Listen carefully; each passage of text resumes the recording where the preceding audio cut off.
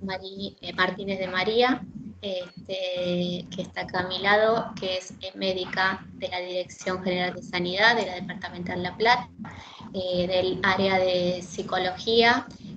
Vamos a contar con la presencia del licenciado Mariano Cheli, que es el coordinador del área de psicología, y las licenciadas Viviana Wolf, Magdalena Campero y Florencia Zorrillo del mismo área. Y del área de higiene y seguridad laboral nos van a acompañar el ingeniero Marcelo González y los licenciados Diego Rocatagliata y Homero Villafañe, que en breve se van a unir con nosotros. Así que, si les parece, damos paso a la primera disertación de la doctora Martínez de María. Vamos a ver si podemos compartir la pantalla. Bueno, hola, buen día para todos. Ya 14 de febrero tenemos poca audiencia. Vamos a tratar de hacerlo lo más ameno posible, porque somos varios los que vamos a hablar. ¿Se me escucha bien? Sí. Perfecto. Bueno.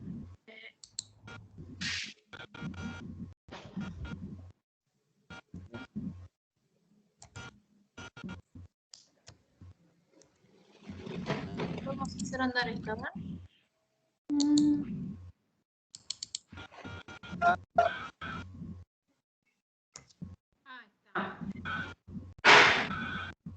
Bueno, más que nada todas estas charlas son para brindar una respuesta a todos los trabajadores, los agentes judiciales, y limitar la propagación de este nuevo virus. Vamos un poquito a ver el COVID-19. Pertenece a la familia de los coronavirus. Son virus que son importantes más que nada en veterinaria, hace 20 años aproximadamente, que causan enfermedades principalmente en mamíferos. Esta familia de virus afecta a los chicos en edad escolar, causando resfríos, una rinitis acuosa que pueden presentar 5 a 7 resfríos por año. Y son virus que generalmente no se estudiaban por ser tan comunes y que se estudian bajo protocolo cuando causan este tipo de enfermedades, como es el SARS-CoV-2. Los nuevos virus que aparecieron en los últimos años se han dado por salto de especies. Se trata de enfermedades zoonóticas causadas por animales, y el salto de especies se debe o a un cambio en el hábitat o a modificaciones del ecosistema causadas por el hombre, y en el choque animal-hombre se ve contagiado. Hay coronavirus que han emergido prácticamente uno cada 10 años, y así en el año 2002 tenemos el primero que aparece, que causa enfermedades graves, que es el SARS-CoV, causa el síndrome respiratorio agudo grave, causó epidemias en ciudades que recibían vuelos desde China, como Estados Unidos, Canadá, Asia y algunos países de Europa, y estas epidemias se controlaron, y a partir del año 2003 ya no hubo circulación de virus, dejando un saldo de 8.000 casos con 800 muertos. Se pudo identificar al reservorio de este virus, que era un felino asiático, y así 10 años más tarde, en el 2012, emerge un nuevo coronavirus, que es el MERS-CoV. También causa una infección respiratoria aguda grave del Medio Oriente. El reservorio es un camello, y en el camello causa un resfrío común, banal, pero en el humano causaba una enfermedad crítica, pero pocos casos eran enfermedades más que nada por goteo, se dicen, poquitos casos porque no estaba adaptado a la vía respiratoria humana. Caso contrario ocurre con este nuevo virus, el COVID-19 o SARS-CoV-2, que aparece a final del año 2019 en China y que rápidamente se disemina en el resto de los países, y ya en marzo del 2020 lo tenemos acá en la Argentina con el primer caso importado. Ahí vemos el dibujo donde está cortado el virus, y vemos en el centro, en color amarillo claro, color crema, lo que es el ARN, la espiral del centro, y se ve en rojo la envoltura lipídica o de grasa que tiene este virus. Aparecen en color verde, amarillo y rosado las distintas proteínas que tienen, siendo la más importante la de color rosa o proteína espicular o glicoproteína espicular, que es la parte del virus que se une a un receptor específico de la célula huésped. Acá, ahí está. ¿Cómo ingresaría entonces al organismo el virus? Encaja la proteína S en los receptores AC2 de la célula y una vez encajado introduce lo que es la espiral del ARN, empieza la replicación viral, empiezan a formarse cada una de las partes del virus usando a la célula como fábrica y luego son ensambladas y se crean millones de copias que salen al exterior de la célula excretados. Y estos componentes crean nuevos virus y así sucesivamente de manera exponencial. Bueno, brevemente, ¿qué es una mutación? Se trata de este virus, como se reproduce y se replica tan rápidamente, en algún momento va a un error o un cambio en la secuencia del ARN viral. Entonces, cuando hay un cambio de una letra por otra, se denomina mutación. Y la mutación dominante, acá vemos, por ejemplo, a la izquierda vemos el virus original que causó la infección en China, y a la derecha se ve que cambia la letra G por la D, y ya este es el virus que aparece en febrero del 2020. Ahí se ve la mutación, y esa mutación sirve para que tenga una mayor tasa de replicación viral, por lo tanto, mayor contagiosidad, y es la que sería más frecuente en nuestro país. ¿Cómo se propaga entonces el virus? En el primer caso, de persona a persona. Por vía respiratoria, la persona infectada contagia a través de las gotas o de las microgotas o de los aerosoles al receptor. Primero se pensó que era por gota, por eso se estipuló una distancia de protección de 1 metro, pero más tarde se vio que con la magnitud de los contagios del virus existía la posibilidad de la microgota y los aerosoles. La segunda forma de contagio es a través de contacto con objetos o superficies contaminadas, donde la persona portadora, al toser o al tocar, lo va depositando en distintas áreas. Y al tocar el objeto, el virus pasa a las manos de la persona receptora cuando se toca los ojos, la nariz o la boca. Otras formas de transmisión que no hacen a lo que es el entorno laboral judicial serían la vertical de madre a hijo y la vía transfusional. Y se ha estimado que una persona infectada puede contagiar de 1.5 a 3,5 personas. Por lo tanto, tiene una capacidad de contagiosidad media comparado con otros virus respiratorios. Por ejemplo, una persona con gripe puede contagiar 1 o 2, y una persona con sarampión puede contagiar hasta 15. El problema de este virus es que así como la persona que tiene sarampión contagia mucho, los contagiados van a tener manifestaciones clínicas en un 98-99%. Acá, con el COVID, pasan la mayoría inadvertidos y por lo tanto no se puede hacer el control de foco. Habría un interrogante también en cuanto a al contacto o la transmisión fecal-oral. Se han hecho estudios en numerosos países, en Europa, como Holanda, y en América del Sur, en Brasil. Se hicieron vigilancia de líquidos cloacales en cercanías de los aeropuertos de Ámsterdam y de San Pablo, y se demostró la presencia de ARN viral 2 meses antes de la confirmación de los casos, del primer caso de COVID-19. Pero bueno, todavía estaría en estudio. ¿Cuáles son los síntomas más frecuentes? Bueno, ahí vemos el listado: la fiebre, la tos, el dolor de garganta, la fatiga o dificultad respiratoria, la pérdida del gusto del olfato, el dolor de cabeza, diarrea, vómitos, mialgias, que son los dolores musculares, sobre todo a nivel de miembros inferiores, a nivel de las pantorrillas, y presenta distintas formas clínicas.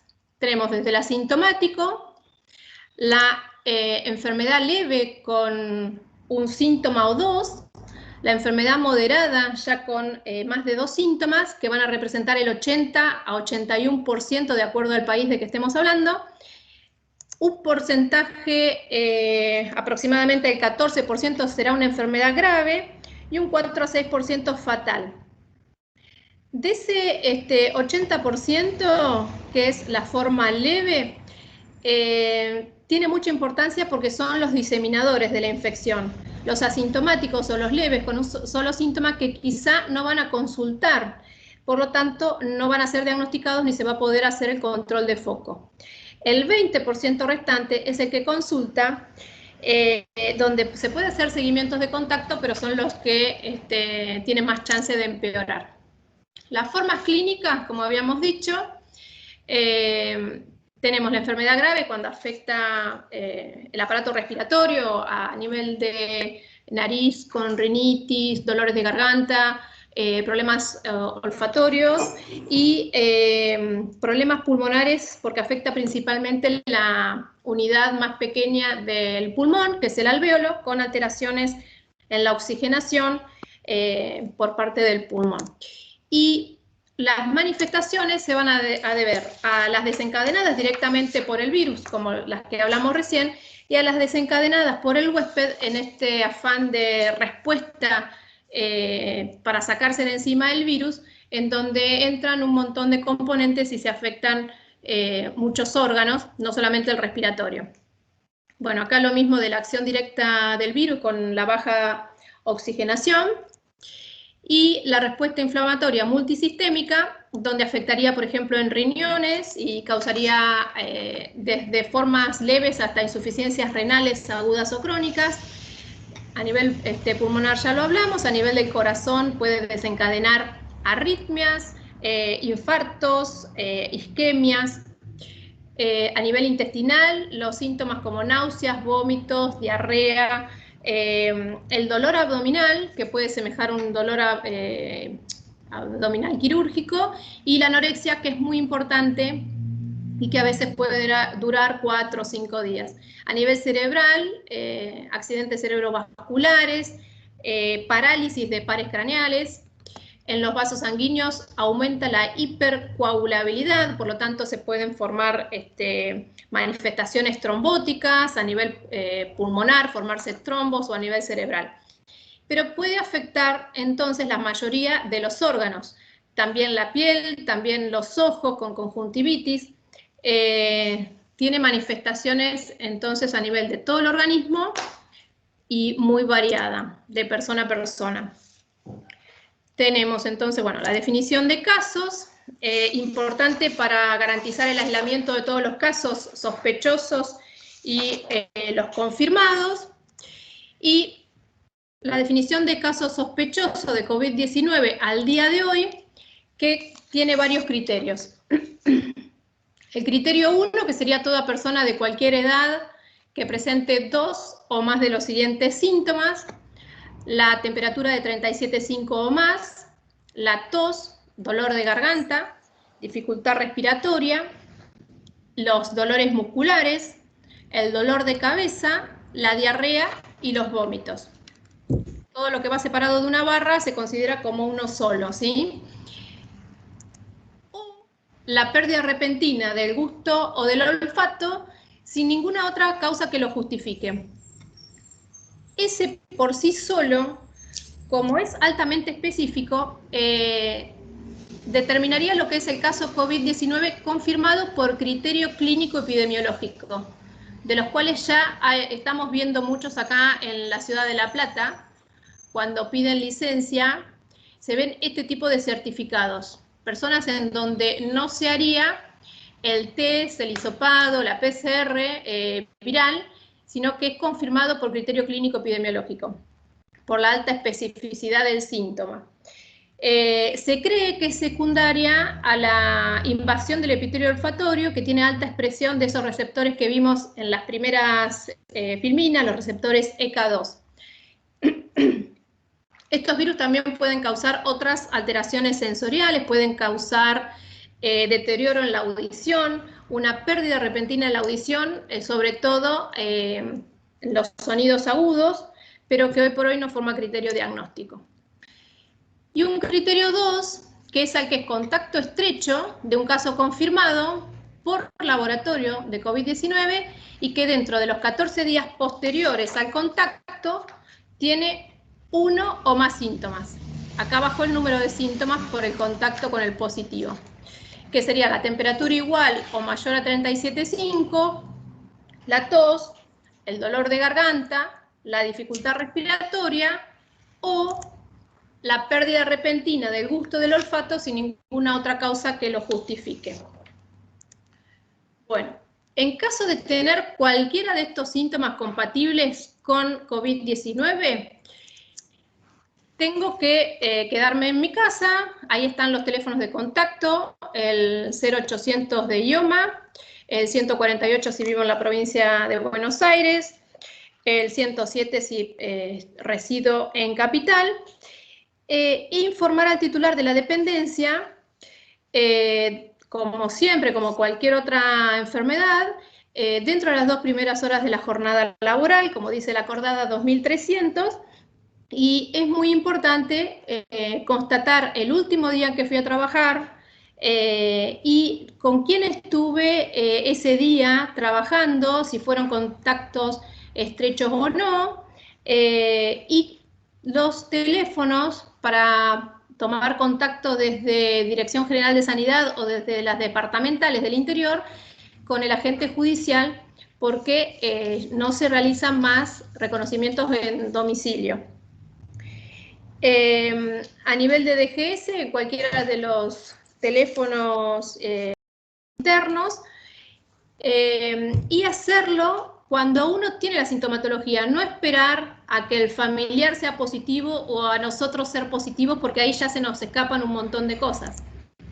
La conducta es el aislamiento en el domicilio, en una habitación con adecuada ventilación y en lo posible reciba en algún momento del día luz natural, luz solar, contar con un baño de uso exclusivo, en una habitación que tenga un tacho con residuos, con una bolsa plástica y que sea a pedal o con una boca ancha, lo suficientemente ancha como para poder tirar sin tocar nada.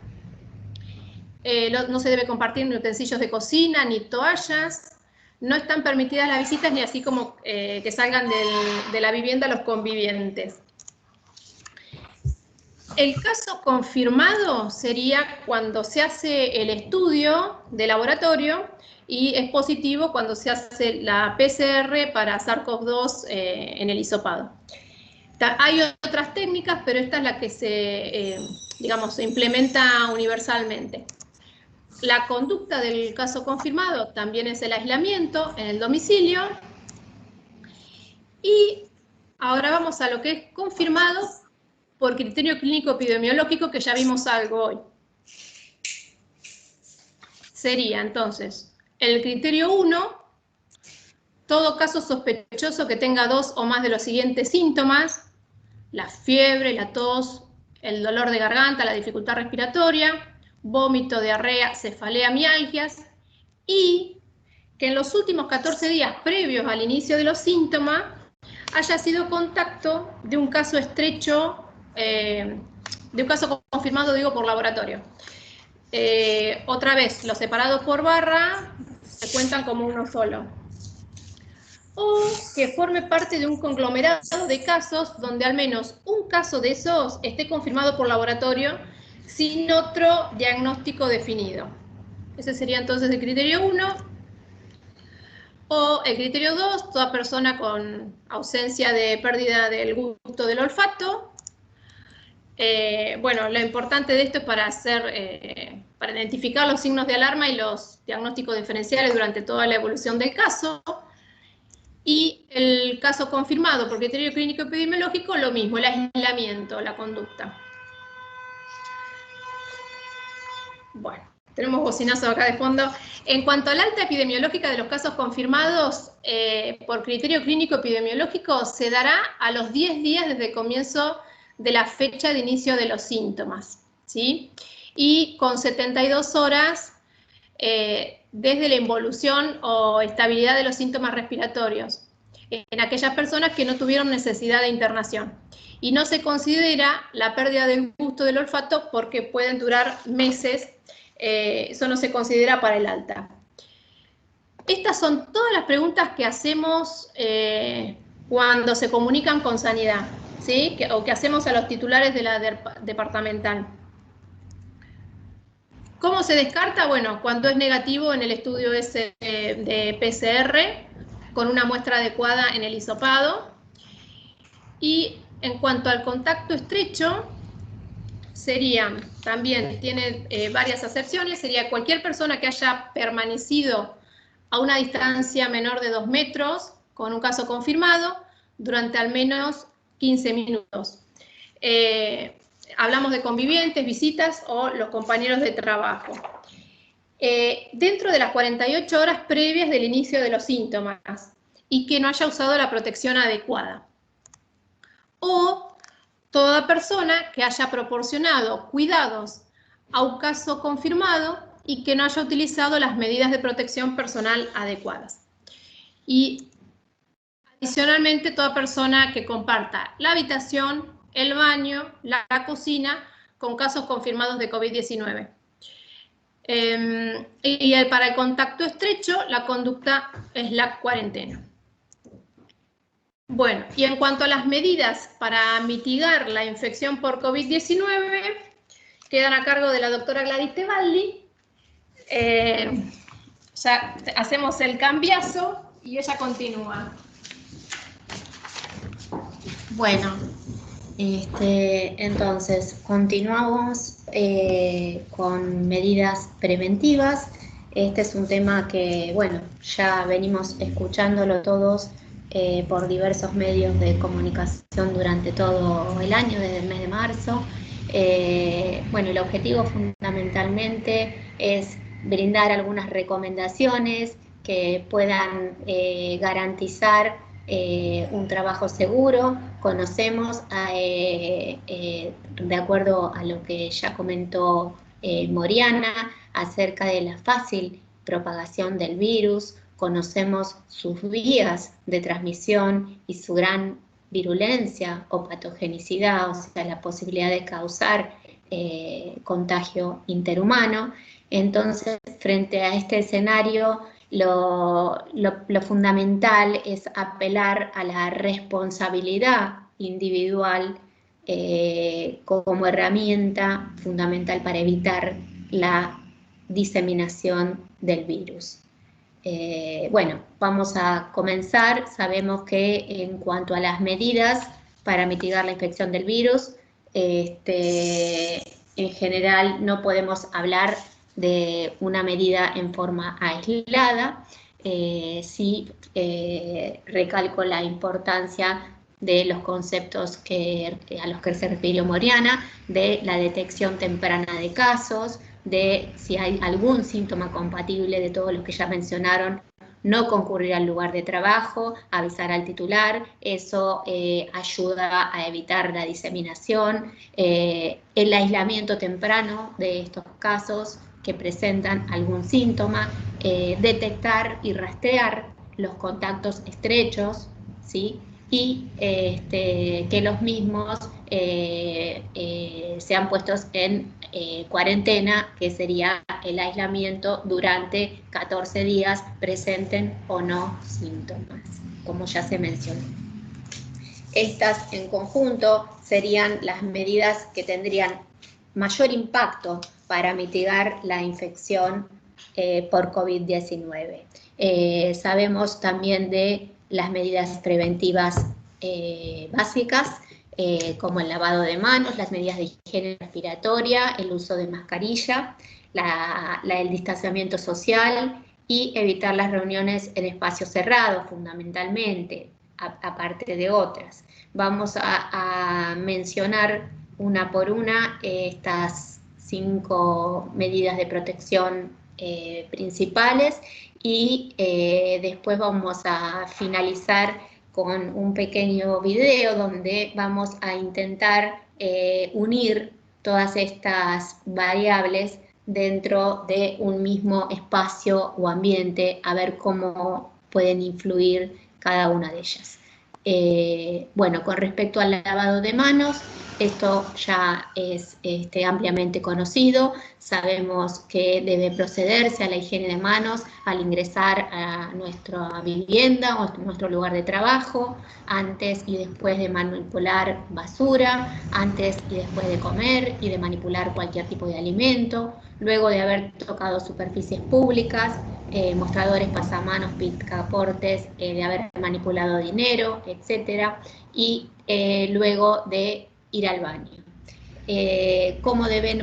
¿Con qué primero debemos lavarnos las manos? Sabemos que con agua y jabón, simplemente, es la medida más fácil, o en su defecto puede ser con alcohol en gel o una solución alcohólica al 70%. 7 partes de alcohol con 3 partes de agua. ¿Por qué? O sea, nosotros en todo esto intentamos informar desde la medicina y desde la medicina laboral, siempre teniendo como base la evidencia científica. Entonces, de cada una de estas medidas preventivas, lo importante es saber el porqué y el saber realmente que la recomendación se basa en estudios existentes al respecto. Bueno, acá vuelvo a pasar. Entonces, acá en este dibujo simplemente se trata de explicar cuál es el mecanismo por el cual se destruye el coronavirus con un simple lavado con agua y jabón. Lo primero que vemos en la parte superior de la imagen es la imagen del COVID-19, tal como lo presentó Moriana. Vemos que lo que está en color celeste medio alilado es lo que nosotros llamamos envoltura del virus, es una envoltura lipídica, o sea, lípidos es una capa de grasas, básicamente, que van a actuar como protección del material genético que está contenido en su interior, y unidas a esta capa de lípidos están estas proteínas, ¿sí?, como ancladas dentro de la superficie. Justamente esta es la que mencionaba Moriana, que es de fundamental importancia porque actúa penetrando en la célula humana y tomando el control de las células. Bueno, sabemos que una molécula de jabón tiene una parte que es afín al agua y otra parte afín a las grasas, lo que se llama una parte hidrófila y una parte hidrófoba. Entonces, ¿qué pasa si ante la presencia de jabón y agua en nuestras manos que pueden estar contaminadas con el virus? Nosotros al agregar jabón hacemos que la parte que es afín a las grasas del mismo tiende a arrastrar o a tirar los fragmentos de esa membrana y la rompe. Y como el jabón tiene otra parte, que es esta cabecita, que es afín al agua, lo que va a hacer es romper toda la integridad de la envoltura viral, y de esa forma se destruye el virus y mediante el agua se arrastran los fragmentos virales, quedando así de esta forma inactivado el virus. Sabemos de la técnica correcta y el tiempo que está estipulado que es adecuado para el lavado con agua y jabón, que son 40 a 60 segundos, y con alcohol 20 a 30 segundos. Siempre primero mojarse las manos con agua de enredo potable, usar cualquier tipo de jabón, frotarse bien las manos durante 40 a 60 segundos, inclusive las muñecas, un enjuagado con abundante agua y el secado con una toalla limpia, papel descartable o, en caso de carecer de ellos, simplemente agitando las manos y dejarlas secar al aire libre. Esto es simplemente las recomendación de los pasos para el lavado de manos, de acuerdo a la Organización Mundial de la Salud, tanto usando agua y jabón como usando alcohol en gel, no dejando ninguna parte de las manos, ni del dorso, ni de la palma, ni las muñecas, ni ninguno de los dedos sin frotar y sin lavar. Bueno, en cuanto a medidas de higiene respiratoria, sabemos que al estornudar o toser debemos cubrirnos la nariz y la boca con el pliegue interno del codo, evitar hacerlo con la mano para después la posible diseminación del virus a través de las mismas, y también el uso de un pañuelo descartable al toser o estornudar, que se debe desechar en el cesto de basura más cercano. Posteriormente, se deben lavar las manos con la técnica anteriormente mencionada, tanto después de toser como de estornudar. Bueno, con respecto al uso de mascarilla o el uso de tapaboca-nariz, sabemos que es obligatorio. Hay recomendaciones internacionales y nacionales sobre el correcto uso de sistemas de protecciones faciales. Por el decreto 255 del 2020, en el artículo 5 menciona su uso obligatorio, fundamentalmente durante toda la jornada laboral, y hay que hacer hincapié en que el mismo sea con una técnica apropiada. También es importante recordar que las mascarillas son de uso individual, que deben emplearse también en un contexto de combinación, como decíamos hoy, de medidas preventivas, y la recomendación es llevar las mascarillas en cualquier espacio o escenario público, sea o no respetada la distancia social, sea o no posible respetada la distancia. Bien. Vamos a pasar a la siguiente. ¿Cuál es el procedimiento correcto para el uso de mascarillas? Sabemos que hay que lavarse las manos antes de colocársela y antes de retirársela, ajustar la mascarilla a la cara de modo que queden cubiertos los lados, que quede cubierta totalmente la boca hasta el mentón y hasta la nariz, inclusive hasta el dorso, la mitad del dorso de la nariz. Lavarse las manos antes de quitársela, como ya lo mencionamos. Siempre podemos usar distintos modelos de barbijos, obviamente los más cómodos son los que sujetan detrás de las orejas, pero también podemos usar los que ajustan con tiras detrás de la cabeza, con lo cual hay que tener la precaución al retirarlos, de retirar primero las tiras superiores y luego las inferiores, no tocar nunca el barbijo con las manos mientras lo tenemos colocado, y depende el tipo de barbijo que tengamos. Muchas veces algunos tienen recomendación de una cantidad de lavados determinadas, de acuerdo que lo indica el fabricante, pero si son barbijos de uso, los fabricados en forma doméstica, así como otros modelos, deben ser lavados con agua y jabón, agua preferentemente caliente y jabón o detergente al regresar al domicilio. Esto debe hacerse diariamente, por eso lo habitual, la recomendación es tener más de un barbijo, y cuando concurrimos al trabajo y sabemos que vamos a tener que hablar demasiado y tal vez eso haga que nuestro barbijo se humedezca, también tener uno extra como para tener la posibilidad de cambiar el barbijo durante el periodo que estamos fuera de nuestro domicilio.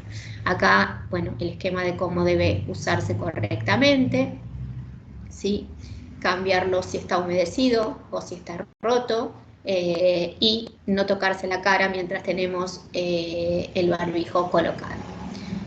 Sabemos que esto va a hacer que la probabilidad de contagio disminuya a un riesgo mucho más bajo, y va a ser mayor si lo combinamos con alguna de las otras medidas. Por ejemplo,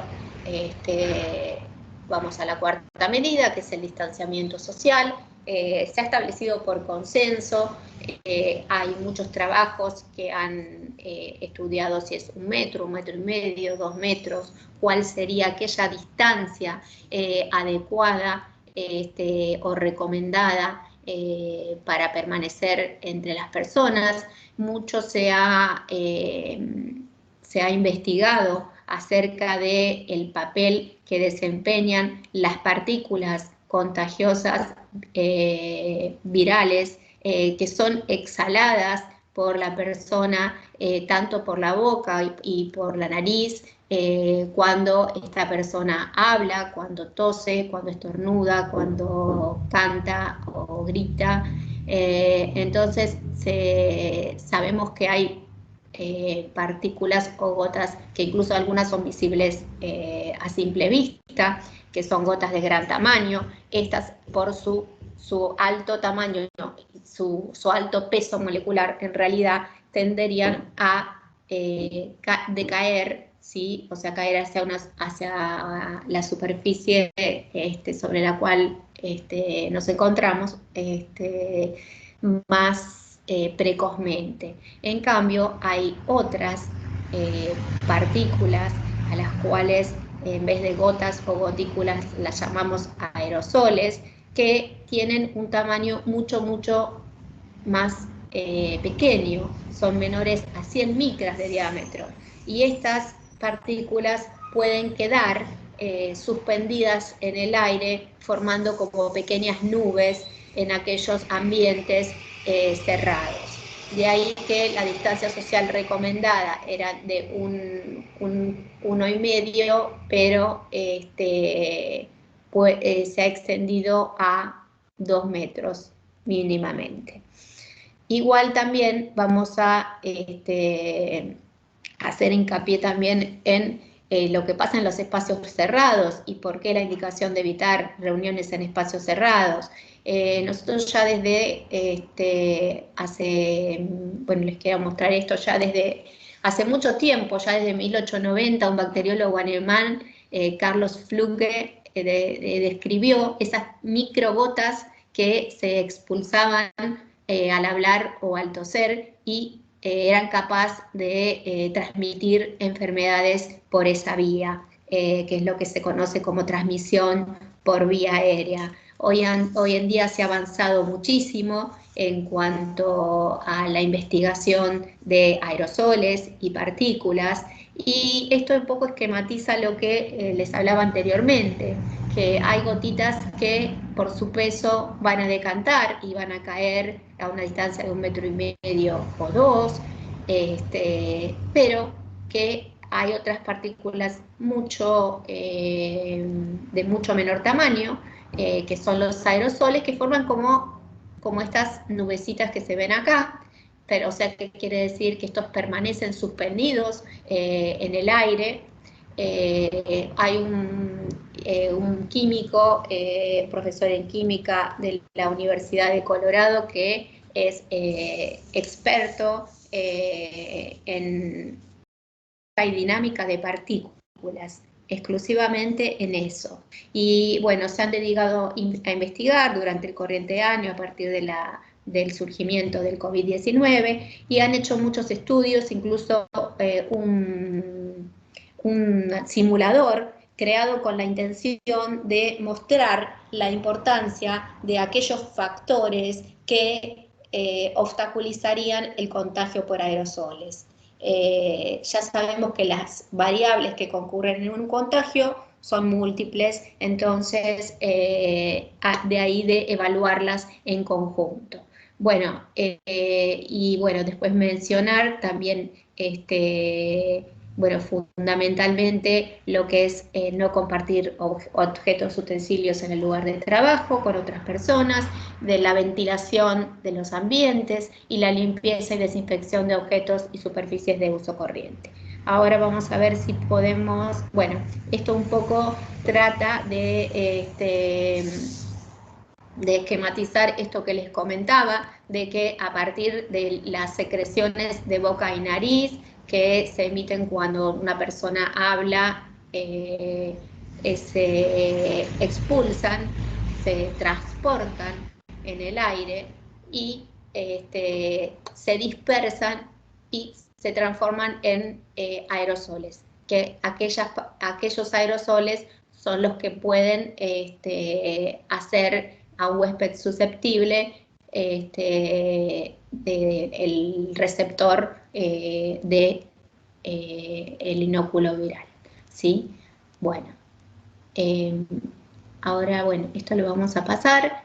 Quiero mostrarles pequeñamente un video. Todavía tenemos unos minutitos. Es cortito. Son 2 minutitos, así que vemos si lo podemos compartir. Fundamentalmente es respecto a esto que les comentaba, que es el estudio hecho en la Universidad de Colorado para demostrar y estimar la importancia de los distintos factores medibles que intervienen en un escenario de contagio, ¿sí?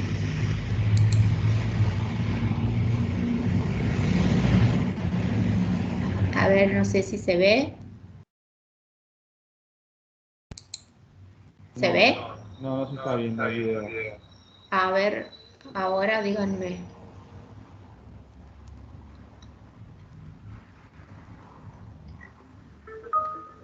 ¿Ahora sí? No. ¿No se ve? No, no se ve. Entonces...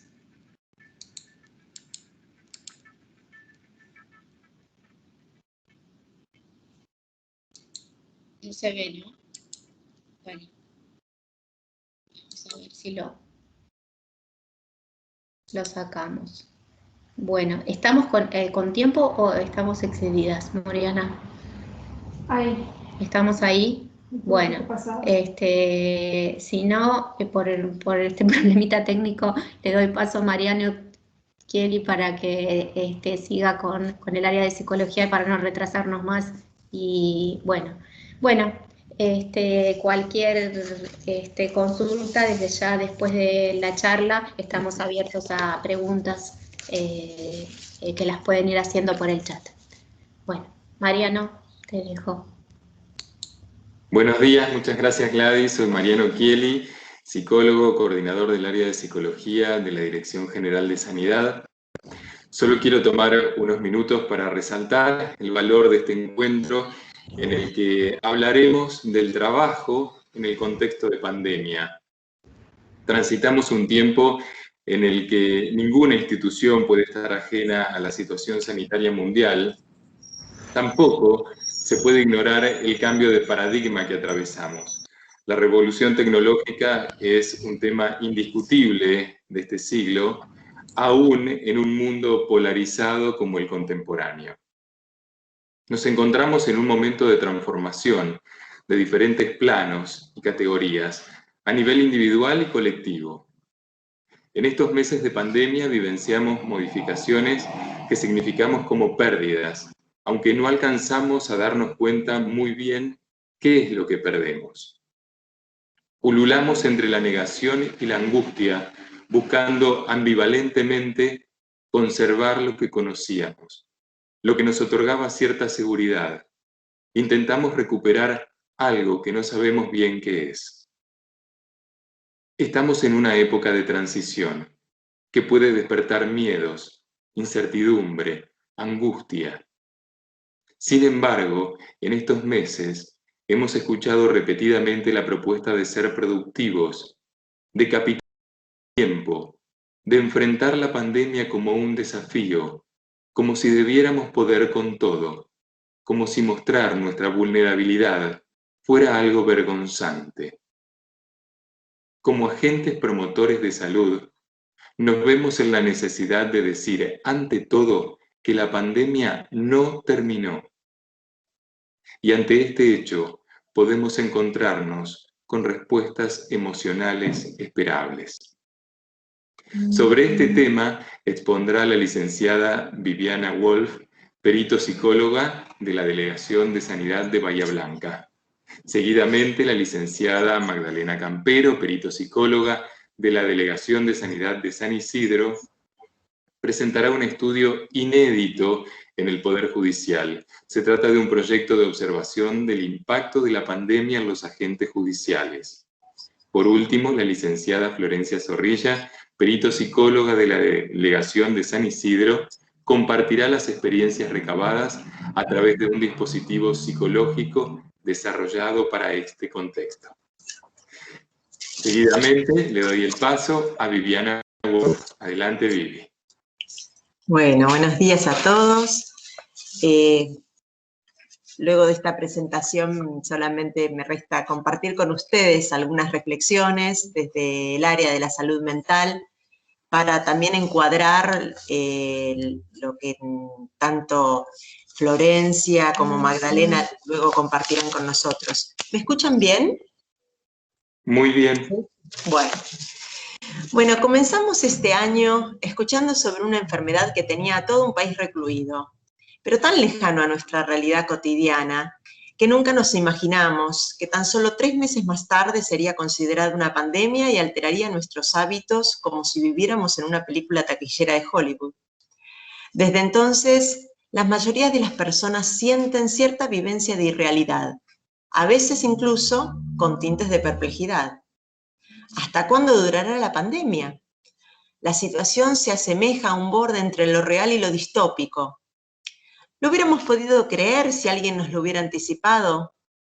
Despertamos brusca y abruptamente a una nueva realidad que todavía intentamos asumir e integrar. La normalidad tal y como la conocíamos se fue desintegrando y ya no sabemos exactamente dónde hacemos pie. En sí misma toda epidemia es un proceso que articula naturaleza y sociedad y reconoce dimensiones económicas, políticas, sociales, culturales y subjetivas. En el caso de la actual pandemia, la magnitud de la afectación global, las respuestas erráticas, aún de países que se consideran desarrollados, y la definitiva caída de certezas con respecto al futuro inmediato, construyen un escenario inédito y abren un colectivo de imprevisibilidad de futuro que obviamente afecta subjetivamente. La falta de un precedente que sirva para interpretar lo vivido aumenta el desconcierto y el malestar psicológico. Es justamente la vida cotidiana, sus rutinas, temporalidades, espacios y relaciones las que se ven particularmente alteradas.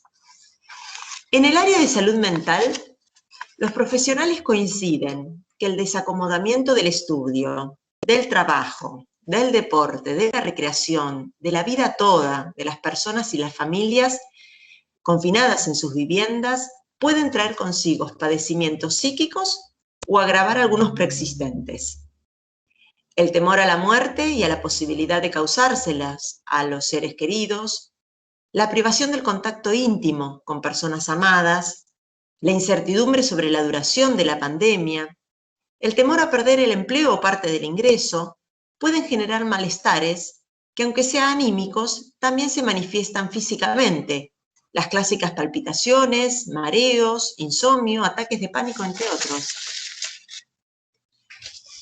Tampoco se desconoce que el aislamiento agudiza problemáticas en este área de la salud mental, tales como los problemas de las violencias contra las mujeres, los niños, las personas vulnerables. Se complejiza el apoyo necesario de personas con discapacidad y se agrega además un elemento de tensión a las problemáticas de consumo de sustancias. Las nuevas realidades del teletrabajo, el desempleo temporal, la enseñanza en casa y la falta de contacto físico con quienes nos rodean requieren tiempo para acostumbrarse. Es difícil adaptarnos a estos cambios en los hábitos de vida, enfrentarnos al temor a contraer la enfermedad, a la preocupación por las personas próximas más vulnerables. Puede también resultar especialmente duro para las personas con padecimiento en salud mental. Por todo ello, las vicisitudes de los padecimientos subjetivos en los tiempos que transitamos ocupan un lugar central en el debate académico y clínico. Las diferentes modalidades de sufrimiento suscitadas por la pandemia deben ubicarse en la dimensión de los trastornos o en la de reacciones esperables ante una situación excepcional. ¿Cuál es la mejor forma de abordarlas? Analizar las dimensiones subjetivas y la posible producción de sufrimiento psíquico de este fenómeno mientras sucede no admite certezas, sino solo hipótesis y preguntas, único posible modo de aproximación. En este punto puede ser prudente evitar generalizaciones y no precipitarnos a psicopatologizar o a hacer afirmaciones taxativas respecto de las implicancias subjetivas de lo que estamos atravesando. Puede ser necesario diferenciar que una cosa es tener malestares y otra padecer enfermedades. Lo raro sería que en estas circunstancias no se registre ningún cambio, que no se tengan momentos de ansiedad, de incertidumbre o de tristeza. Solamente una negación muy importante, en este caso sí, posible de interpretar como mórbida, podría hacer que alguien no se considerara afectado. Los sentimientos intensos no siempre pueden considerarse como indicadores de patología. A veces pueden ser también recursos para adaptarse a una situación emocionalmente compleja. A lo largo de estos meses se han observado diferentes momentos con algunas características comunes más allá de las vivencias de cada cual. Profesionales del área afirman que fue usual escuchar al comienzo muchos temores e incluso hasta vivencias de pánico. Se observó que personas reaccionaron con exceso de compulsiones, de limpiar y convertir los hogares en lugares cuasi esterilizados. No dejó de verse también una cierta reacción negadora de aquellos que quisieron que todo funcione como si nada, que nada se pierda, que no se noten los cambios, y ello sin dejar de observar cierto estilo persecutorio en otros que ante el temor de la enfermedad se sintieron más cómodos, vigilando a quienes tenían a su alrededor que velando por su bienestar. En estas reacciones no se puede desestimar el influjo de una forma privilegiada de narrativa en torno a la enfermedad. El COVID-19 ha sido presentado bajo los ropajes de una metáfora bélica, una narrativa que convoca una escena que debería ser revisada por sus efectos psíquicos, porque cristaliza en algunos la necesidad de un enemigo identificable, y el mundo externo así se vuelve muy peligroso, y en otros se cristaliza en una actitud sacrificial y sufriente. Lo que ambas tienen en común es que son actitudes que entorpecen y deterioran el lazo y el vínculo social. Esa primera etapa lentamente fue dejando paso a otra de mayor caudal de angustia y repliegue. Innegablemente hay angustia y preocupación a lo largo de la vida y especialmente en situaciones extremas. Cortada la relación con la realidad actual y cotidiana, con el afuera, el adentro tuvo que recurrir a los deseos pasados como reserva vital. Y en ese tiempo, los sueños recobraron gran protagonismo, como esa otra escena que el padre del psicoanálisis situó en la vida onírica. A veces, como una resistencia frente a la pesadumbre de la vida cotidiana de los cambios impuestos y no deseados. La gente ha reportado vidas oníricas inusualmente activas, recordando más sueños que los habituales y que son especialmente vívidos. El virus mismo es la estrella de muchos de ellos, ya sea literalmente o adoptando disfraces metafóricos. Sueños densos, de elaboración, en los que vuelven recuerdos de antaño, lugares de infancia. relaciones que habían quedado sin resolver, duelos pendientes y también de índole traumático, en que los temores aparecen potenciados. El proceso de duelo iniciado con los temores tempranos ante la cuarentena trajo otros duelos también, duelos pendientes, duelos detenidos de cada cual. En el día a día, cuando la realidad está ahí con sus exigencias cotidianas, es más fácil olvidarse de uno mismo, postergarse o distraerse con las obligaciones diarias de aspectos, circunstancias, hechos vitales que van quedando sin elaborar. Y fueron ellos los que ante la imposición del quedarse en casa encontraron un resquicio para aflorar.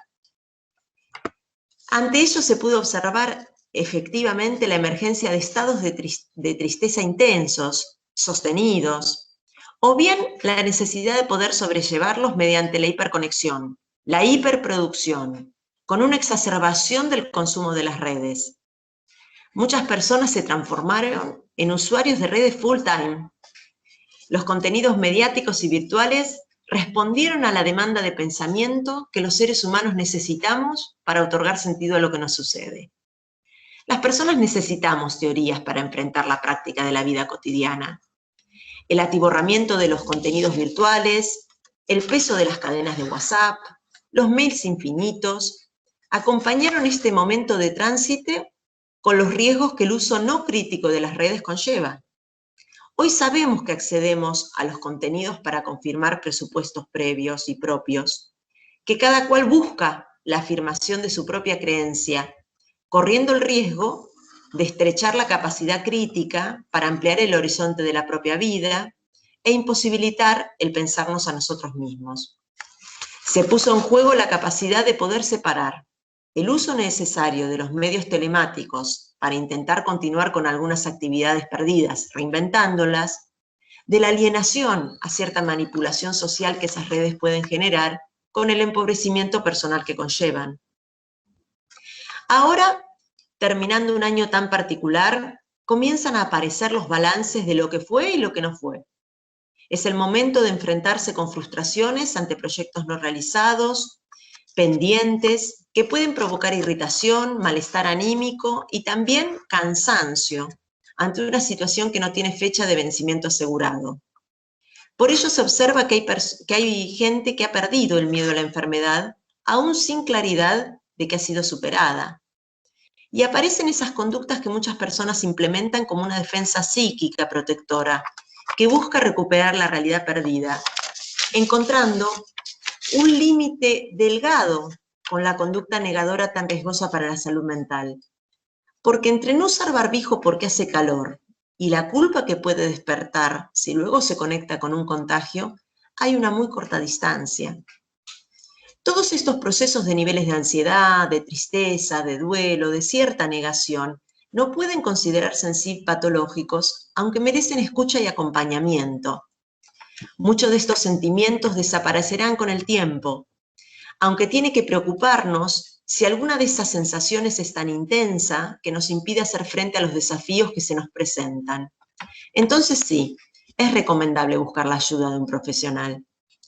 Al momento actual no es posible conocer el alcance real de esta pandemia en la salud mental de la población, aunque nadie niega que habrá efectos, porque no se puede negar la marca que dejarán estos tiempos en quienes nos atravesamos. Sin embargo, la probabilidad de desarrollar un padecimiento mental mórbido dependerá de cada persona y de cómo ha vivido el confinamiento. Si alguien es muy vulnerable psicológicamente o ha pasado una cuarentena en una situación de mucha tensión, es más probable que sufra secuelas a largo plazo. Pero en general, se espera que la mayoría de la población se recupere con el tiempo. Para esperar el mañana, sabemos que el acompañamiento y fortalecimiento de los recursos subjetivos es fundamental. Apuntalar a la permeabilidad psíquica, a la apertura de horizontes, a tolerar lo desconocido, son aspectos en los que se juega el motor de cambio. Se impone promover salud mental, porque sin salud mental no hay salud. Desde este lugar, profesionales del área de algunas delegaciones de sanidad de la provincia han instrumentado acciones novedosas, inéditas, desde una perspectiva de promoción y prevención de la salud. Y nos lo compartirán ahora entonces, así que dejo paso a la exposición de mis colegas Magdalena Campero y Florencia Zorrilla, que van a compartir con los resultados de esos trabajos. Muchas gracias. Perdón, buen día. Muy interesante, licenciada Wolf, lo que explicó, pero recién estaba poniendo en el chat que es muy vertiginosa la locución, tienen un plazo, un tiempo para dar, pero realmente es muy interesante, y para quienes no somos psicólogos y somos abogados, se nos hace muy difícil, o por lo menos en mi caso, discúlpenme la intromisión, pero me ha resultado muy difícil seguirla con un tema que es para mí interesantísimo. Fue muy interesante, igual que la otra vez, la otra semana. Por lo que les pido, o si pueden ir un poco más despacio, o si podemos, o si van a dar el material, lo que usted no sé si lo leyó o lo dijo, pero poder, porque es muy interesante realmente. Yo estoy a cargo de un juzgado y esto también me encantaría poder transmitírselo a mi personal. Disculpe, Nada más que doctor Reyes, ¿es usted? Sí, sí. Bueno, sí, soy yo. Esto está grabado y va a ser publicado en la página de YouTube, así como la charla anterior. Están todas grabadas y son publicadas en la página de YouTube del Instituto de Estudios Judiciales. Así que va a tener acceso como para volver a verlas y compartirlas. Bueno, ¿cuándo las van a...? Bueno, gracias. No sé cuándo la suben, pero seguramente no va a ser este año, no importa, solamente era esa observación. Muchas gracias, sigo atendiendo el curso. Bueno, hola, buenos días a todos. ¿Se escucha? ¿Se me escucha? Sí, se escucha bien. Ah, bueno. Buenos días, yo soy Magdalena Campero, soy perito psicóloga del Departamento Judicial de San Isidro. Bueno, yo voy a compartirles un trabajo que hicimos con algunos colegas de diferentes departamentos judiciales. ¿Se ve ahí? ¿Se ve la pantalla que quiero compartir? Sí, Maggie, se está viendo. No sé si se me escucha bien porque me habían dicho la otra vez que se escuchaba lejos. Bueno, espero que poder ser clara y que se escuche bien como para poder compartir ese trabajo. Bueno, yo como les decía voy a compartirles un trabajo de exploración que realizamos con algunos de los colegas psicólogos de diferentes departamentos judiciales. Lo realizamos desde la Delegación de Sanidad de San Isidro con la licenciada Florencia Zorrilla, del Departamento Judicial de Zárate Campana, la licenciada Natalia Chávez, de Mercedes, el licenciado Oscar Niquisink, de Junín, la licenciada Andrea Gianivelli, del Departamento Judicial de San Nicolás, la licenciada Bárbara Puyela, y de Pergamino, la licenciada Belén González Santa. Y bueno, yo que soy de San Isidro. Cuando comenzamos a trabajar de manera remota, nos surgió la inquietud de tener conocimiento de qué impacto iba teniendo este cambio vivido por la pandemia y la cuarentena, como mencionaban recién Mariano y Viviana, pero específicamente pensándolo en nuestro ámbito de trabajo. Ya veníamos leyendo sobre muchos estudios del impacto psicológico en la población general, generado, entre otras cosas, por los cambios en nuestra rutina personal y laboral. Bueno, es así como nos planteamos el proyecto de elaborar un estudio descriptivo, que es el que les voy a mostrar a continuación. El mismo es el contexto actual de pandemia, y es para observar la presencia de malestares psicológicos asociados a la pandemia y a la cuarentena. También nos interesó indagar sobre la adaptación a la modalidad de teletrabajo que fueron haciendo los agentes judiciales. Y por último, la idea también es poder realizar nuevas encuestas en otros momentos a fin de observar la evolución de los indicadores que aparezcan. Bueno, la encuesta la difundimos por mail y por WhatsApp a los agentes judiciales de estos departamentos que les mencioné anteriormente. Se hizo durante todo el mes de septiembre y la misma fue anónima y voluntaria. Por suerte tuvimos más de 650 respuestas y pudimos obtener resultados que les mostraré a continuación y pudimos tener una muestra con buena confianza.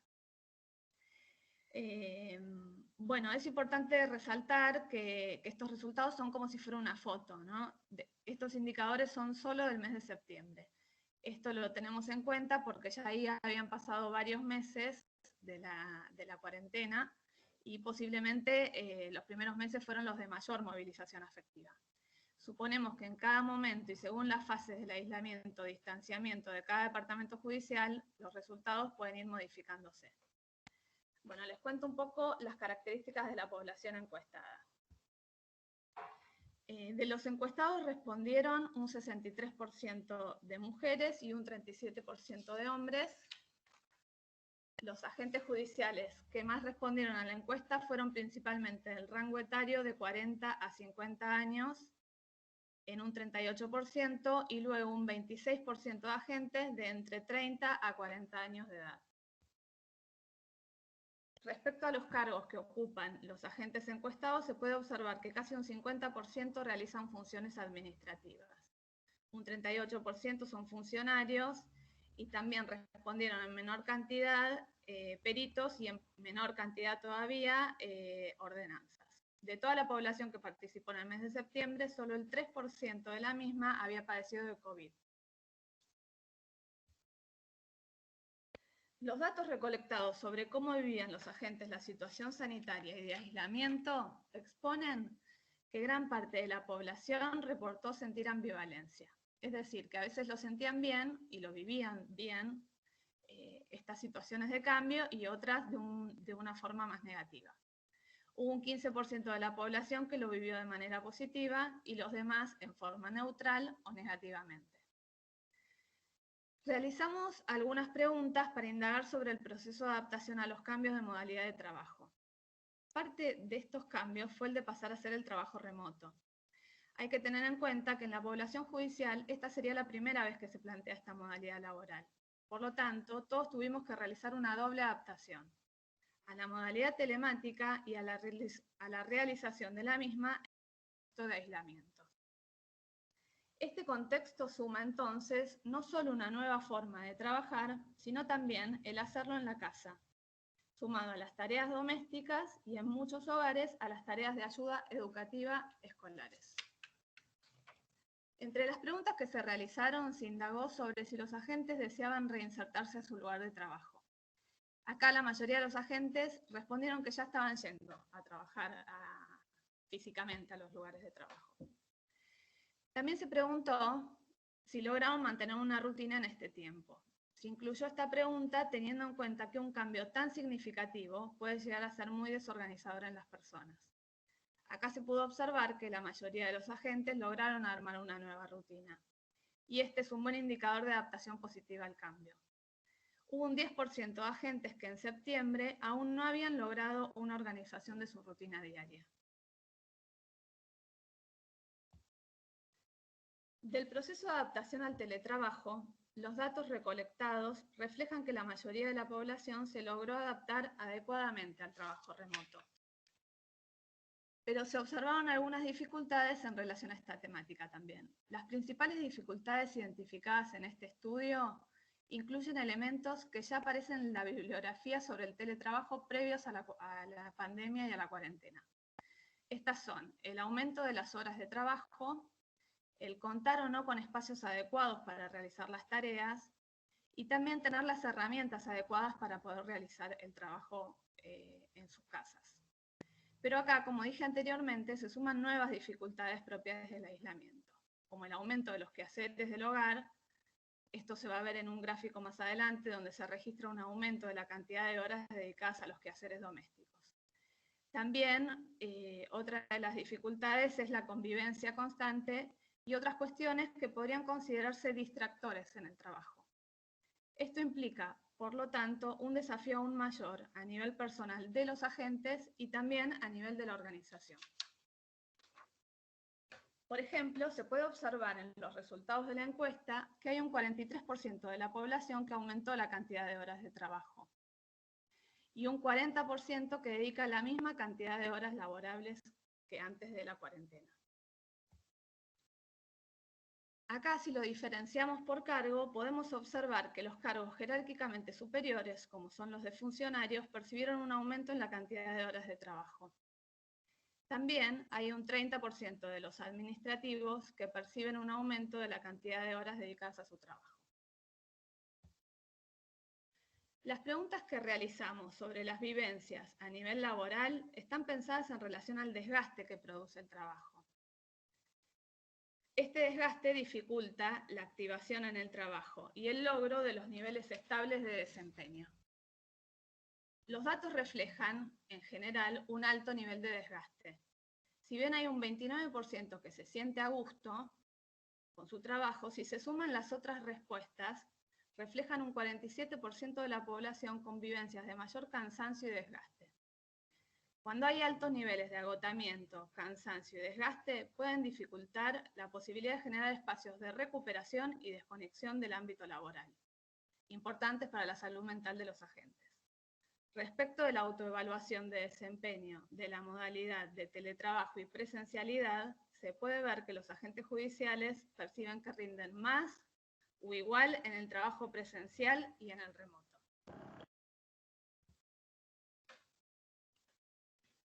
Bueno, otras de las preguntas de la encuesta estuvieron asociadas a la articulación de la vida doméstica y la familiar. Se observó que un 52% de la población percibió haber logrado un buen balance entre su trabajo y la vida doméstica. Y también se observó que la mayoría de los agentes tienen personas a su cuidado. Cuando estas personas son niños, niñas o adolescentes, se observó que necesitan igual o más asistencia que antes de la cuarentena. También se observaron datos de que casi el 58% de la población dedica más horas a las tareas domésticas. Esto podría ser importante a la hora de analizar los datos teniendo en cuenta una perspectiva de género, ya que la mayor parte de la población encuestada fueron mujeres. Y en general, aún recae sobre las mujeres el tema de las tareas domésticas.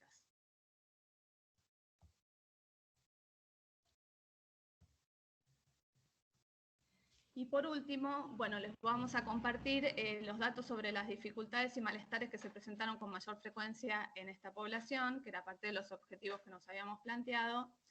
Y acá pudimos corroborar que es similar a la que vivió la población en general. La mayor dificultad presentada ha sido la imposibilidad de relacionarse socialmente. Y las problemáticas vivenciadas con mayor frecuencia fueron, principalmente, las dificultades para dormir. Luego, la presencia de sentimientos de tristeza y la preocupación excesiva. También se presentó con frecuencia la desmotivación. En menor frecuencia se presentaron malestares como son los pensamientos negativos, las dificultades para concentrarse y el nerviosismo. Bueno, y algunas más que están acá en los círculos que pueden ver. En general, todas estas vivencias son esperables que aparezcan en las personas frente a situaciones de cambio y pueden estar asociadas a la movilización y adaptación que se realiza en situaciones de estas características. Después habría que observar cómo van evolucionando. Bueno, estos son algunos de los datos que se presentaron con mayor frecuencia en esta primera encuesta.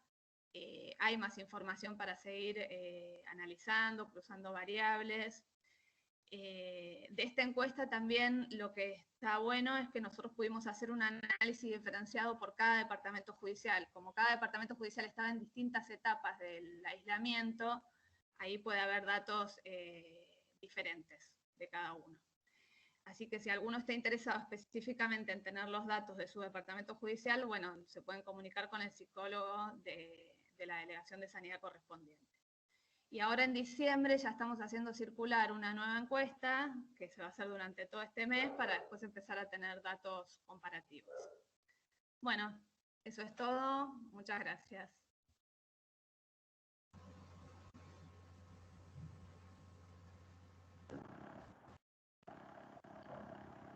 Bueno, ¿se me escucha? Sí, se escucha. Bueno, bárbaro. Bueno, yo voy a contar también la experiencia que hicimos entre varias delegaciones, las delegaciones que mencionó antes Magdalena, que incluyen a las psicólogas Magdalena Campero, Belén González, Natalia Chávez, Bárbara Puyela, Oscar Niki Singh y Andrea Gianivelli.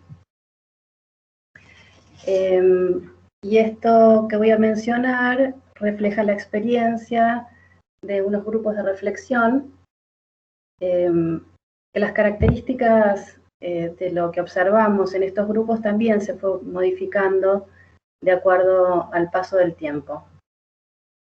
Bueno, a raíz de la pandemia, en los últimos meses, hemos experimentado una ruptura en la organización del tiempo y del espacio, en los mecanismos defensivos que utilizábamos para afrontar nuestra vida cotidiana y en la administración de nuestra energía vital que volcábamos en ella. A raíz de esto, desde el área de psicología de sanidad, comenzamos a trabajar con diversos interrogantes y a pensar desde nuestro rol en nuevos modos posibles de intervención. Nos preguntamos qué ocurre cuando se interrumpe la continuidad de nuestros lazos con el medio ambiente y qué ocurre cuando esta interrupción se prolonga demasiado en el tiempo. ¿Cuáles son los efectos en una persona y en una comunidad de ser conscientes en forma diaria que nuestra vida y la de nuestros seres queridos se encuentra en riesgo? ¿Qué ocurre cuando esta información se cronifica en el tiempo y todos los días nos despertamos frente a esa realidad? Lo cierto es que la pandemia compromete a la persona en su triple realidad, biológica, psicológica y social. Por ello, sus efectos son tanto colectivos como individuales. Es común escuchar «esto nos está ocurriendo a todos». Sin embargo, cada uno lo vive de un modo singular, produciendo efectos en nuestra subjetividad, en nuestra relación con nosotros mismos y con nuestro entorno. Desde nuestra área sabemos que las personas cuentan con capacidades y recursos tanto internos como del medio que los rodea para apoyarse en ellas y hacer uso de las mismas. Muchas personas logran transformar las situaciones de dolor en un aprendizaje, sin por ello negar lo acontecido. Es por eso que una respuesta posible a nuestro cuestionamiento sobre nuestro actual rol como agentes de salud sería hacer una intervención de apoyo precoz que pueda ayudar a los agentes judiciales en el proceso de adaptación al cambio. Para ello, propusimos el armado de grupos de reflexión para poder intercambiar las vivencias vinculadas a la pandemia. En la actualidad, esta actividad es de participación voluntaria, dirigida a todos los agentes judiciales, compuestos por 7-8 participantes de diversos departamentos y 2 psicólogos que coordinan el grupo. Las reuniones grupales se realizan por plataforma Zoom en horario laboral. Su duración es de 1 hora y media y se extiende a 2 o 3 encuentros únicamente. El objetivo es compartir la experiencia en tiempos de COVID y de aislamiento. ¿Por qué pensamos en un dispositivo grupal? Porque como inicialmente mencioné, la pandemia compromete a la persona en su triple realidad, biológica, psicológica y social. A nosotros los psicólogos nos interesa la dimensión psicosocial del diálogo, ya que con ella podemos operar. Es por eso que trabajar en grupo favorece a compartir con otros de un modo solidario y en una ayuda mutua a poner las vivencias en palabras. Hablar de lo que ha pasado y de lo que continuamos experimentando nos permite armar una historia, ponerle un orden y organizar en el espacio aquello que en estos últimos meses hemos experimentado como algo disruptivo, como un sinsentido. Es decir, que el objetivo de los grupos es intentar historizar la experiencia de ruptura de nuestra vida cotidiana y compartirla con otros como parte de un proceso de elaboración personal, pero que se realiza en comunidad y junto a otros.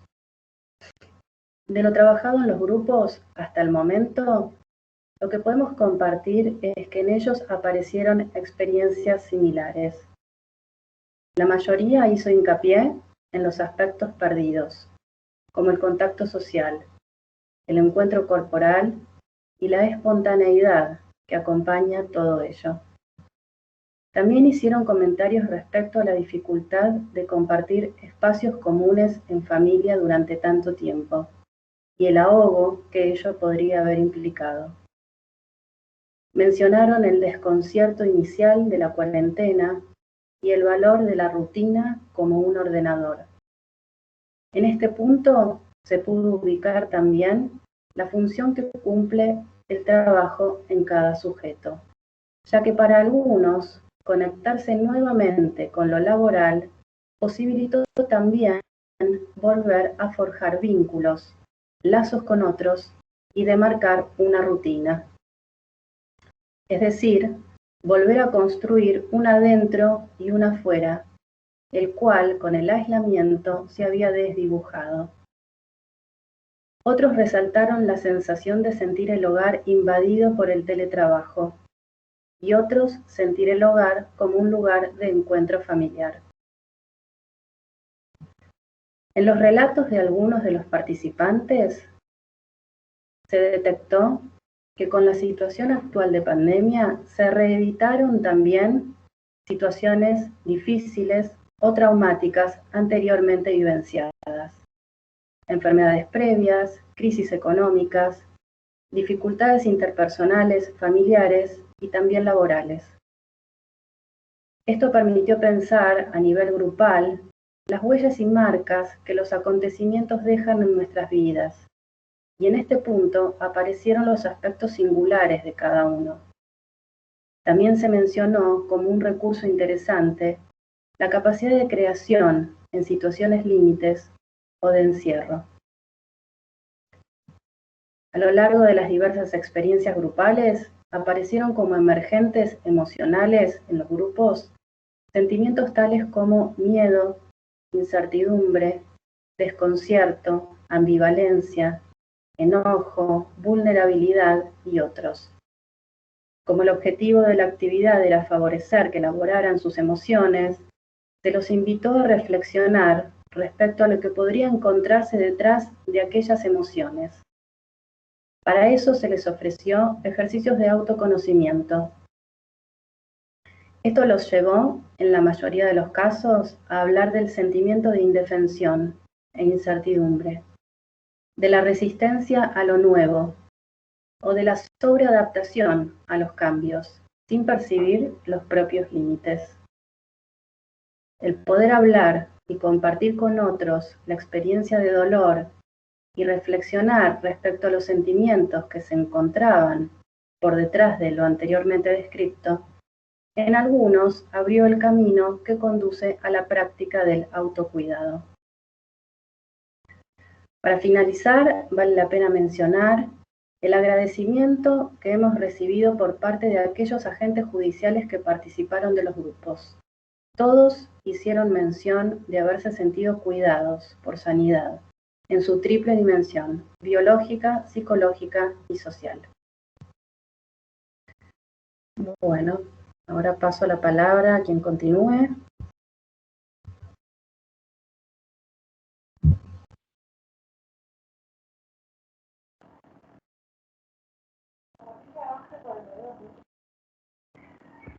¿Qué tal? Buen día. Mi nombre es Homero Villafañe, soy licenciado en Higiene y Seguridad de la Dirección General de Sanidad. Diego, ¿estás por ahí? Estoy acá. Dale. Antes de darte el pase para que arranques, Diego, le contesto al doctor Reyes, que recién estuve averiguando. Doctor, la semana siguiente a la de la conversación. Así que se supone que para el lunes próximo ya debería estar cargada en la página de YouTube del instituto. Bueno, muchas gracias, Homero. Realmente le agradezco también a la licenciada Wolf que la pude seguir. Es muy interesante los términos que se usan en psicología, no quiero demorarlos, pero realmente me es muy ameno. De hecho, hablé con el licenciado Oscar Nikisic porque tenemos intención de armar el grupo. No sé si ya a esta altura del año se puede, pero con la charla anterior que ustedes dieron y que fue tan positivo que nos pusimos en contacto con Oscar y vamos a ver si podemos generar este grupo con los agentes judiciales del juzgado. Así que les pido disculpas a veces porque es muy rápido y los términos que son tan interesantes, pero bueno, al poder grabarlo poder verlo. Muchísimas gracias, porque lo voy a transmitir para que lo miremos todos también, que va a ser muy útil. Ha sido muy útil todo esto este curso es muy, la verdad, realmente felicito a Sanidad y a todos los que lo han organizado y han disertado. Muchas gracias. Ahora sí, Diego, si querés arrancar. Bueno, fantástico. No sé si me ven.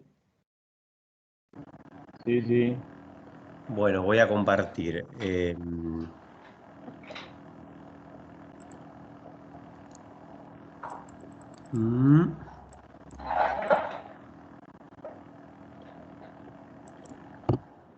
¿Se ve el PowerPoint? Sí, se ve. Sí, se ve. Ok, fantástico. Bueno, no sé si todos me conocen, soy Diego Rocatagliata, licenciado en Seguridad e Higiene, y tengo a cargo lo que es el Departamento Judicial de Lomas, de Quilmes, de La Matanza, y ahora el de Lanús Avellaneda, y para lo que es Corte y Ministerio Público. Bueno, antes que nada les quería comentar de que me pareció muy interesante lo que estuvimos viendo, inclusive con las psicólogas también, la verdad que me pareció bastante enriquecedor. Y bueno, y con las médicas también, pero bueno, con las médicas ya lo veníamos viendo, todo lo que venían hablando. A raíz de eso también les quiero comentar, y de lo que comentaba recién Omar, perdón, Homero, Omar es otro compañero, que lo pueden encontrar justamente en lo que sería el canal del Instituto de Estudios Judiciales, y los invito justamente a que busquen las charlas anteriores, ya que en esta oportunidad lo que vamos a hacer es hacer una instancia de lo que podríamos decir una progresión de lo que ya veníamos viendo, y vamos a ver más que nada algunos puntos que quisimos seguir manteniendo de las capacitaciones anteriores, lo que veíamos viendo de cuestiones de seguridad, y le vamos a sumar lo que sería el trabajo dentro de las casas, de los hogares, y como les decía, algunas otras cuestiones de lo que veníamos viendo antes. Pero sí, justamente me parece interesante de que puedan sumar también las anteriores capacitaciones que se dieron, en el caso de que no las hayan podido ver. Las van a encontrar todas en el canal del instituto. Bien, bueno, a ver, vamos a ver lo que son las recomendaciones para el trabajo presencial y también para lo que es el trabajo en casa, ¿no? Lo que le llamamos hoy teletrabajo. Haciendo un análisis, viendo el vaso lleno, hay personas, de acuerdo a lo que estuvimos viendo con las chicas, con las psicólogas, que algunos lo llevan bien, otros lo llevan mal, pero también tenemos que reconocer que hubo un gran avance en cuanto a rompieron quizás barreras tecnológicas y de prejuicios, algo de lo que estaba hablando las chicas anteriormente, y eso nos permitió romper varias barreras, ¿no? Independientemente de lo que es el análisis personal de cada uno de los individuos en cuanto a cómo lo puedan llevar bien o mal, ¿no? Eso es un análisis ya de cada una de las personas. Pero bueno, vamos a hacer algunas recomendaciones de lo que sería el teletrabajo. Bien, vamos a hablar un poquito de lo que sería el trabajo en el hogar y cuáles serían las posturas correctas, los descansos que tenemos que hacer, cómo debemos visualizar la pantalla del monitor, cómo nos debemos sentar, cómo debemos estar posicionados en el escritorio, el ambiente que debemos escoger para realizar la tarea de teletrabajo en casa. Tenemos que tener presente que no siempre las condiciones laborales dentro de lo que serían los edificios judiciales condicen, ¿no?, con lo que es nuestros hogares. En nuestros hogares vivimos con nuestra familia, con nuestros hijos, el perro, etcétera, etcétera, ¿no? Y quizás no todos tenemos un lugar adecuado en óptimas condiciones para realizar el tipo de trabajo en forma telemática, por lo cual a veces vamos a tener que acondicionarlo. No obstante, sabemos que es un nuevo paradigma en el cual todos nos vamos a tener que ayornar y quizás si antes no estábamos acostumbrados a hablar con alguien y escuchar al perro o al nene, bueno, sabemos que ahora eso en algunos casos se podrá salvar y en otros lamentablemente no, porque no podemos decirle a nuestra familia que básicamente se vayan a la calle mientras estamos trabajando. Bien, al margen de eso, también tenemos que tener presente las condiciones en las cuales estamos actualmente en cuanto a lo que es la época del año, ¿no? Ahora estamos ya llegando a las fiestas, estamos pasando vamos a llegar a enero, y las temperaturas no son temperaturas calurosas, por lo cual debemos estar bien hidratados, debemos mantener una ventilación adecuada. Sobre esto también les quiero comentar que es, tanto sea que trabajemos dentro de un edificio judicial o en casa, la recomendación es la misma, ¿no? O sea, a ver, si estamos en casa con nuestra familia, con las personas convivientes, no habría problema de encender el aire acondicionado porque obviamente no tiene sentido porque básicamente pasamos todo el día con esas personas. Pero sí es importante que mantengamos la hidratación para poder evitar la deshidratación, inclusive cuando también estemos trabajando dentro del edificio judicial, ¿no? En esos casos, ahí ya se complica el tema de lo que es encender los equipos de aire acondicionado, por lo cual es muy importante mantener en todo momento el cuerpo bien hidratado. En cuanto a lo que es, fíjense que nos dice pantallas de visualización de datos, básicamente es ni más ni menos que el monitor. Nos hace una diferenciación en cuanto a la cantidad de veces que vamos a parpadear, estando en una conversación con una persona o mirando la nada misma, y la diferencia que hacemos cuando estamos mirando la pantalla.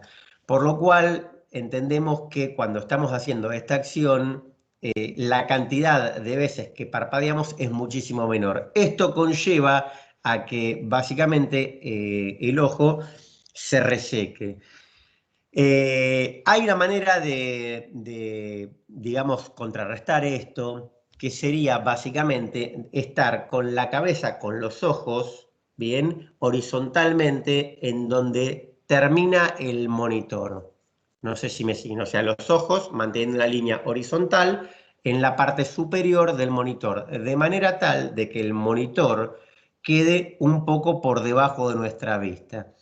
Esto lo que va a hacer es que nuestros ojos queden semicerrados, ¿bien?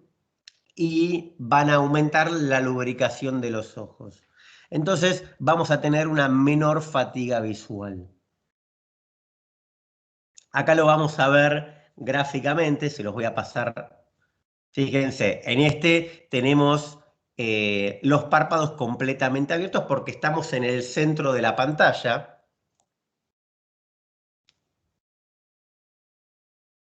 Y esto es lo que yo les decía, ¿bien? De tener la visión en una línea horizontal en lo que sería la parte superior de la pantalla. Esto es lo que va a permitir... Diego, perdón ¿Sí? que interrumpa. No se está viendo cuando avanzas en la presentación. ¿Cómo? No se ve el PowerPoint, está en la primera diapositiva todavía. No vamos pasando.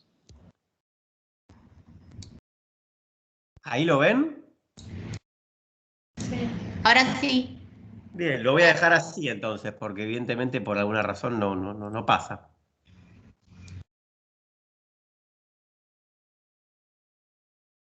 Bueno, bien, lo que les comentaba es que en este gráfico lo que vemos es a la persona situada en el centro del monitor, y lo que va a generar esto es que tenga completamente el ojo abierto.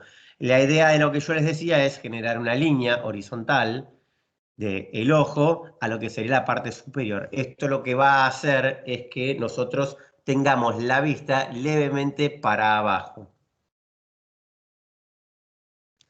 Acá lo vemos gráficamente, ¿bien? Que los párpados están levemente cerrados. Entonces vamos a mantener los ojos con una mayor hidratación y una menor fatiga visual. Bien, acá hacemos una comparación entre uno y otro. También lo que tenemos que tener en cuenta es mantener una postura erguida y no con la espalda curvada para adelante. Esto sería una mala posición. Bueno, a ver, ¿cómo contrarrestamos esto? Previamente, al sentarnos en la silla, quizás tengamos que colocar algún almohadón en la parte de la zona lumbar, tengamos que elevar, si no llegamos al piso, ¿no? Habrá gente que sea más alta, que tenga piernas más largas, o gente que tenga piernas más cortas. En tal caso, la idea es que los pies queden correctamente apoyados en el piso. En el caso de que esta condición no suceda, lo que deberíamos hacer es los pies sobre un taburete, evitando que los pies nos caigan. La misma situación la vamos a tener con los brazos. Los brazos tenemos que tratar de que queden o apoyados, en el caso de que tengamos una silla con apoyabrazos, en una posición en la cual el brazo y el antebrazo queden en un ángulo de 90 grados. O sea, sería incorrecto que tengamos los brazos extendidos para adelante, porque nos van a generar puntos de estrés en lo que serían las articulaciones.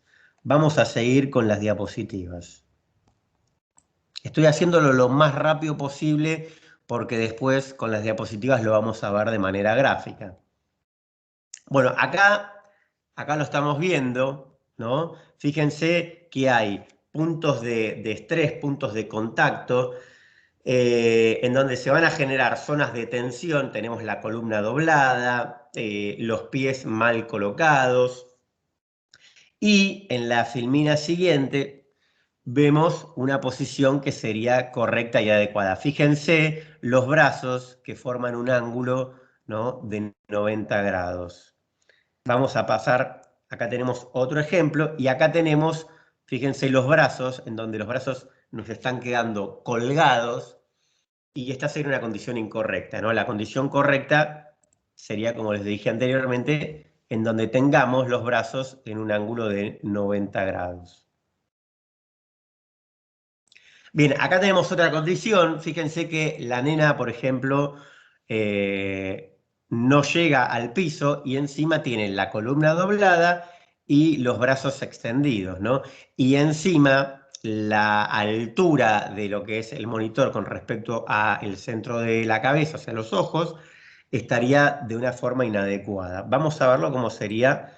Bueno, acá, ¿qué hizo? A ver, fíjense, colocó un almohadón de manera que tal que los brazos ya los tendría un poco más en una recta, pero fíjense que se generan puntos de contacto, ¿no?, entre lo que sería la mano y la muñeca. ¿Por qué? Porque no tiene una silla con apoyabrazo. Vamos a ver cuál sería una posición más adecuada. En este caso le colocaron un taburete de manera tal de que la nena ya tenga los pies en una posición de descanso más adecuada. Bien, seguimos. En cuanto a lo que es el trabajo presencial, sabemos ya de lo que venimos hablando. Esto ya está bastante visto, por eso igualmente los invité a ver las charlas anteriores, en las cuales se dio con más énfasis estos temas, pero sabemos que es obligatorio el uso del tapabocas, ya sea para salir a la calle o para cualquier tipo de tarea que tengamos que hacer públicamente, ¿no? Es importante realizar el lavado de manos con la mayor frecuencia posible. Esto lo estuvieron hablando las doctoras, Ventilar los espacios con una frecuencia, nosotros recomendamos de 15 minutos cada 2 horas, abrir las ventanas y si es posible mantenerlas abiertas en todo momento. Otra recomendación que les puedo dar es que en el caso de que tengan cortinas, que las abran completamente para favorecer la entrada del aire y la renovación del aire. Evitar en todo momento el contacto innecesario entre persona y persona y obviamente no compartir objetos de cocina y objetos de uso común como sean tazas, mate, cubiertos, etc. En cuanto a lo que es la limpieza y la desinfección, tenemos 2 elementos que son los recomendados por el área de seguridad para que se usen en las áreas de trabajo, inclusive en su casa también, que es el alcohol al 70%. Sabemos que pueden venir en 2 presentaciones, alcohol al 70% o alcohol al 96%. En el caso de que vengan al 96, lo tendremos que diluir, o sea, 7 partes de alcohol, 3 partes de agua. Y en el caso de la lavandina, vamos a agarrar una cucharada sopera al punto de rebalse por litro de agua. En el caso de que sea lavandina de 50-55 miligramos por litro, vamos a ponerle una cucharada. En el caso de que sea lavandina tipo marcas como Ayudín, que vienen de presentaciones de 25 gramos por litro, le vamos a poner 2 cucharadas sóperas al punto de rebalse. Tenemos que tener en cuenta, en cuanto a lo que es la consideración del alcohol, el alcohol es un inflamable de primera categoría, por lo cual evitar rociarlo sobre las superficies es mucho más seguro colocarlo en un trapo y ir aplicándolo. Tengamos en cuenta cuando utilicemos alcohol no rociarlo sobre superficies que puedan ser electrificadas, ¿no? Como una computadora, un mouse, herramientas, artefactos de cocina, etcétera, que puedan llegar a generar chispas internas que pueden llegar a ser la fuente de ignición de un posible principio de incendio. En cuanto a lo que es la lavandina, la recomendación es la que le dije, no usen mayor cantidad que esta, no tiene sentido, inclusive van a dañar las superficies y se van a manchar la ropa. Bien, estamos acá. ¿Cuáles son las ventajas de trabajar en grupos? Y me van a decir, ¿de qué está hablando este muchacho? Cuando nos referimos a esto, nos estamos refiriendo básicamente a la división de grupos de trabajo, o sea, conformar distintos grupos de trabajo de manera tal de evitar, ¿no?, que se junten todos los compañeros de trabajo en el mismo momento, de manera tal de, por ejemplo, hacer 15 días unos y 15 días otros. De esta forma lo que vamos a lograr es que si hay alguno que tenga la mala suerte de haberse contagiado, solamente vamos a aislar a ese grupo y la dinámica laboral en el lugar de trabajo puede continuar de manera como lo venía haciendo antes, un poco más limitada, pero no se cortaría todo el trabajo. La forma de informarlo, ya lo estuvieron hablando las médicas, básicamente es, lo primero que debemos hacer es aislarnos, seguido a eso, comunicarnos con la gente de sanidad, con los médicos, y ellos nos van a informar si corresponde o no, de acuerdo a lo que le informemos, ¿no? Obviamente, si corresponde o no que el resto de los compañeros también se tengan que aislar, ¿no? Ellos anteriormente explicaron cuáles eran las condiciones por las cuales se consideraba un contacto estrecho, así que no voy a interiorizar en eso. Básicamente, para evitar el contacto estrecho, una de las condiciones que debemos cumplir a rajatabla es la de mantener la distancia de seguridad de 2 metros entre persona y persona. A ver, la idea no es que cada uno vaya con 1 metro, con una cinta métrica, sería un diámetro en el cual nosotros vamos a formar un área, ¿no?, un aura de seguridad, por llamarlo de alguna manera, que sería la forma en la cual calculamos el diámetro de una zona. Pero básicamente lo que tenemos que tener presente es que debemos mantener una distancia de persona y persona de 2 metros. Obviamente que es fundamental sanitizar las manos, sanitizar las superficies, ¿no? Y constantemente utilizar el tapabocas. Esto es fundamental porque tengan presente que nuestros compañeros de trabajo, si bien son prácticamente hermanos, porque los conocemos quizás hace 20, 30 años y quizás inclusive hasta pasen más tiempo con nosotros que con su propia familia, la realidad es que lo que estamos haciendo, si no utilizamos el tapaboca, es magnificar la probabilidad de que nos podamos contagiar. Bueno, acá tenemos justamente lo que les estaba diciendo antes de mantener la distancia que va a disminuir la probabilidad de contagio. Tenemos que siempre entender que con esto lo que hacemos es disminuir la probabilidad, ¿ok? Aseguro, como dice el dicho, perdonen, pero se los llevaron preso. O sea, no es que vamos a evitar en un 100% el contagio, sino que vamos a disminuir la probabilidad de que esto suceda. En cuanto a lo que es las ventanillas de atención al público, estas estarán provistas de lo que es una barrera de protección y a su vez la persona que realice la atención del público contará con una máscara facial. Sabemos que de cada uno de los lados habrá un alcohol en gel y que el funcionario judicial lo que deberá hacer es sanitizar el bolígrafo que utilice el público una vez que éste lo haya terminado de utilizar. Otra de las cuestiones importantes a destacar es que debe indicarle al público el hecho de mantener la distancia de seguridad en todo momento de como mínimo 2 metros de distancia. Y con esto estamos terminando, así que bueno, espero que lo hayan entendido. Quise tratar de hacerlo lo más comprensible y lo más rápido, porque bueno, si no se estaba extendiendo bastante. Y no obstante eso, sabemos que la charla la vamos a tener subida al sitio del Instituto de Estudios Judiciales. Bueno, si alguno tiene alguna consulta que nos quieran hacer, los invitamos a que la formulen.